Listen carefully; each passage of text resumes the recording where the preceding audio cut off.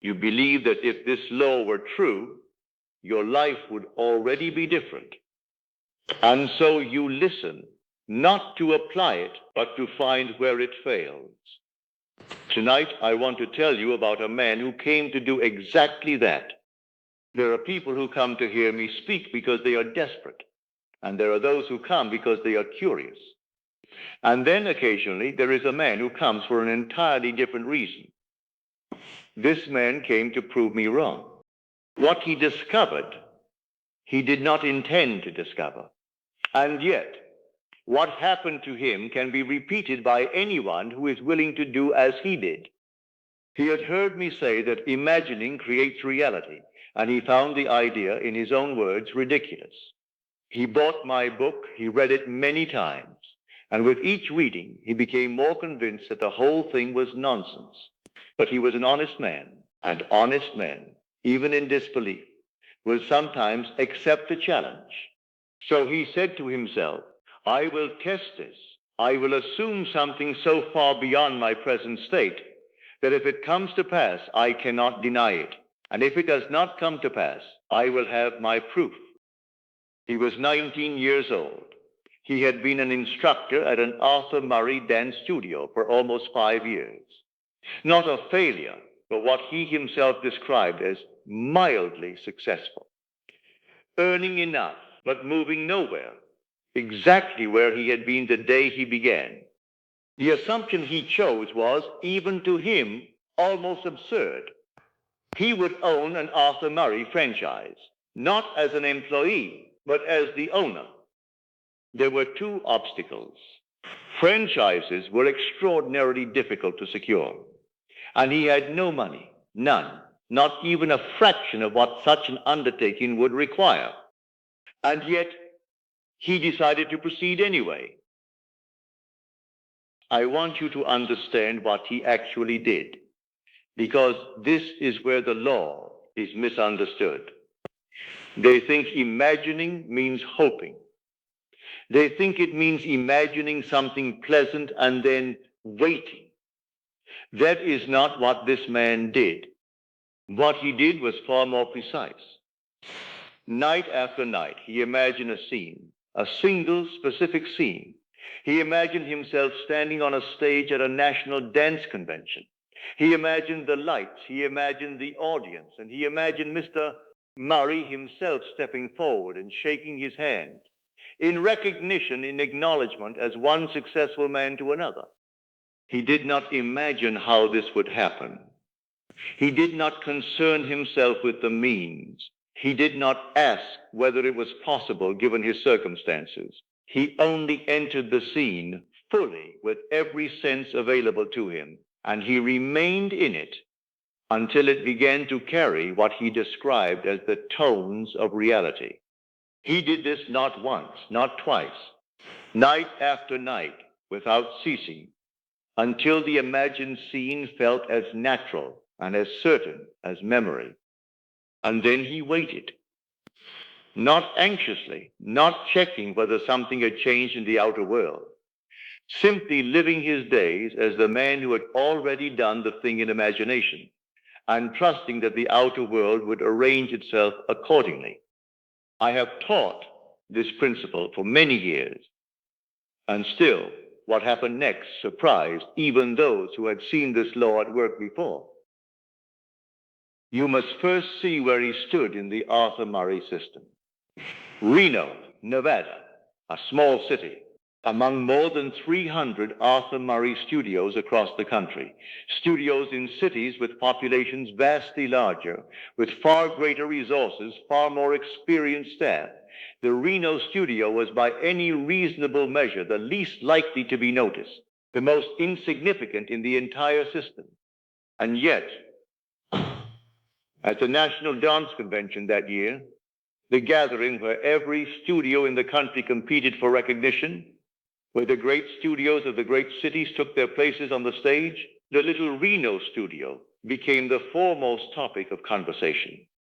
He appeared on that stage, not because someone arranged it for him, not because he had connections or resources or any outward advantage, but because night after night he had already stood on that stage in his imagination, and the outer world had no choice but to conform. His imaginal drama materialized down to the last detail. Mr. Murray stepped forward and shook his hand, exactly as he had done in imagination, night after night, alone in his room, with no evidence that any of this was possible.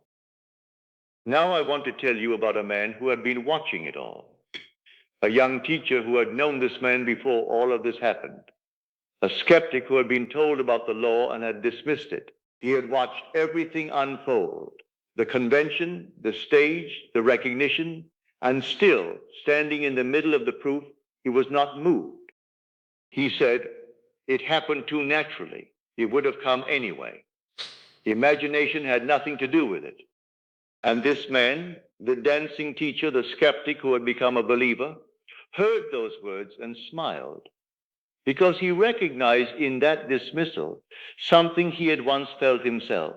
And he knew that no argument would reach a man who had decided not to see. So he said nothing and went back to his imagination. He did not stop at the convention. He had proved something to himself, and that proof became the foundation of a larger assumption. From that moment forward, his imagination reached further. Night after night, he no longer heard himself being recognized for the Reno studio. Now he heard himself accepting a franchise for a great city, a city of 1.5 million people, the kind of city where an Arthur Murray studio could become not merely successful, but the largest in the entire system. He heard this acceptance night after night, until it too took on the tones of reality, until the imagined conversation felt as settled and as certain as something already done. Within 3 weeks, Mr. Murray called, not to discuss, not to consider, to offer a franchise in a city of 1.5 million people. The same man who 5 years earlier had gone nowhere, who had no money when he began, who came to my teaching with the explicit intention of disproving it. Within 3 weeks of his imaginal act, the offer came, through channels he had not arranged, by means he had not planned, from a man he had not contacted. The law does not require your assistance in the how. It requires only that you occupy the end. And he had occupied it faithfully, persistently, without wavering, until the outer world had no choice but to deliver it. I want to return to the man who watched and remained unconvinced, because I think he represents something that lives in almost everyone who hears this story. He said it happened too naturally. And I want you to examine that objection carefully, for it reveals something essential about how this law works. When imagining creates reality, it does not announce itself. It does not arrive with a sign declaring this is the result of your imaginal act. It comes through ordinary channels, a phone call, an invitation, a meeting that appears coincidental. It unfolds so naturally that one who does not understand the law will always say it would have happened anyway. And perhaps from the outside it does appear so.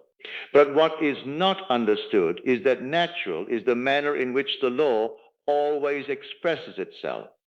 The bridge of incidents, the series of seemingly ordinary events that carry a man from his imaginal act to its fulfillment, always appears as coincidence, as timing, as luck. Only the one who imagined knows what was done within, and when, and how faithfully it was sustained.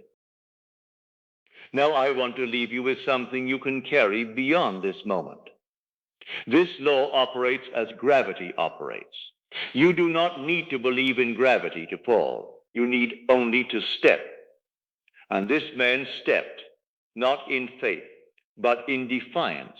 He performed the imaginal act to disprove it, and the law answered him nonetheless. For the law does not consult your opinion before it acts. This is what I want you to see. A man who began as a disbeliever proved the law to himself in applying it, and in doing so discovered that the requirement was not belief as an emotion, nor faith as a feeling, but faithfulness. Night after night, the same scene, the same act, until it took on the tones of reality. You do not need to believe this law before you apply it. He did not. He applied it to disprove it, and in doing so, proved it. What this means for you is simple. What you do nightly in the privacy of your imagination, in the scene you enter and dwell in before sleep, that is what shapes your life, not your doubt, not your circumstances, not the seeming impossibility of what you desire. The Reno studio was the most insignificant in the system. He had no money, no connections, no visible reason for success. And yet, within 3 weeks of his imaginal act, the call came. The law does not consult your circumstances before it acts. It responds only to your imagination, and your imagination is entirely within your control. Tonight, construct your scene. Enter it fully.